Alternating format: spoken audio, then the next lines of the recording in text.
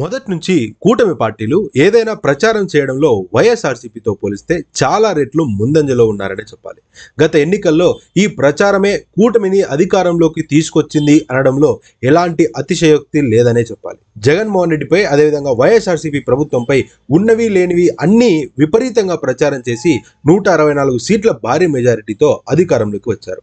అయితే ప్రతిపక్షంలో చేసినట్టు అధికారంలో ఉన్నప్పుడు చేయడం కుదరదు. ఎందుకంటే అధికారంలో ఉన్నప్పుడు ప్రజలు పరిపాలనను గమనిస్తూ ఉంటారు. ఊరికే ప్రచారం చేసినంత మాత్రాన నమ్మే అవకాశం ఉండదు. ఎందుకంటే ఏదైనా అమలు చేసినట్టు ప్రచారం చేస్తే అది నిజంగా అమలైందా లేదా అన్నది ప్రజలకు తెలిసిపోతుంది. కాబట్టి ఇప్పుడు ఇదే కూటమి ఎమ్మెల్యేలలో ఆందోళన కలిగిస్తుంది. కూటమి ప్రభుత్వం ఏర్పడి ఏడాది పూర్తయిన సందర్భంగా ముఖ్యమంత్రి చంద్రబాబు నాయుడు గారు గతంలో జగన్మోహన్ రెడ్డి ఎలా అయితే గడప గడపకు అన్న కార్యక్రమంతో తన ఎమ్మెల్యేలను ఇంటింటికి పంపించారో, ఇప్పుడు కూటమి కూడా తొలి అడుగు అనే పేరుతో తమ పార్టీ ఎమ్మెల్యేలను ప్రతి ఇంటికి పంపించి తాము ఇచ్చిన పథకాలను గుర్తు చేయాలని ముఖ్యమంత్రి చంద్రబాబు నాయుడు గారు ఆదేశించారు.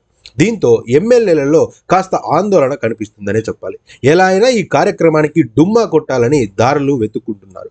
గతంలో జగన్మోహన్ రెడ్డి అధికారంలో ఉన్నప్పుడు తాను ప్రకటించిన హామీలలో మొత్తం కాకపోయినా 90% పైగా హామీలు నెరవేర్చారు. ఆ హామీలు ప్రతి ఇంట్లోనూ అమలయ్యాయన్నది వాస్తవం. దీంతో వైఎస్ఆర్సీపీ ఎమ్మెల్యేలు ఎటువంటి ఇబ్బంది లేకుండా ధైర్యంగా గడప గడప కార్యక్రమంలో పాల్గొన్నారు. అయితే కూటమి ప్రభుత్వం అధికారంలోకి రావడానికి ప్రధాన కారణమైన సూపర్ 6లో కనీసం ఒక 5 హామీలు నెరవేర్చి ఉంటే కూటమి పార్టీల ఎమ్మెల్యేలు కూడా ఇంత ఇబ్బంది పడేవారు కాదేమో.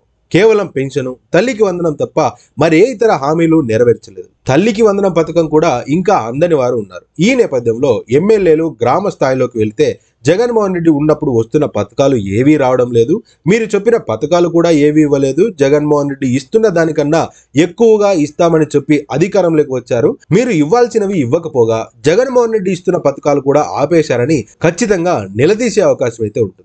దీంతో కూటమి పార్టీల ఎమ్మెల్యేలు ఈ కార్యక్రమంలో పాల్గొనాలంటే ఆసక్తి చూపడం లేదు. ఏదో ఒక కారణం చెప్పి తప్పించుకునే ప్రయత్నం చేస్తున్నారు. మరోవైపు కూటమిలో భాగమైన జనసేన ఈ సూపర్ 6 అమలుపై అంటి ముట్టినట్టు ఉన్నారు. మొన్న ఏడాది పూర్తి అయిన సందర్భంగా తల్లికి వందనం పథకం అమలు చేస్తే జనసేన పార్టీ కావచ్చు, ఆ పార్టీ ఎమ్మెల్యేలు కావచ్చు, ఎక్కడా ఆ కార్యక్రమంలో పాల్గొనలేదు.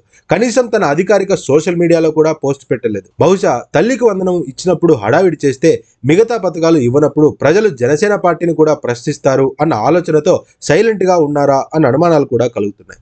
మరోవైపు వైఎస్ఆర్సీపీ కూడా చంద్రబాబుస్ మేనిఫెస్టో రీకాల్ అన్న పేరుతో ఇంటింటికి వెళ్లి చంద్రబాబు నాయుడు గారి మేనిఫెస్టోని మరోసారి అందరికీ గుర్తు చేసి ఎలా మోసం చేశారు ప్రజలకు వివరించాలని కొత్త కార్యక్రమాన్ని మొదలుపెట్టారు.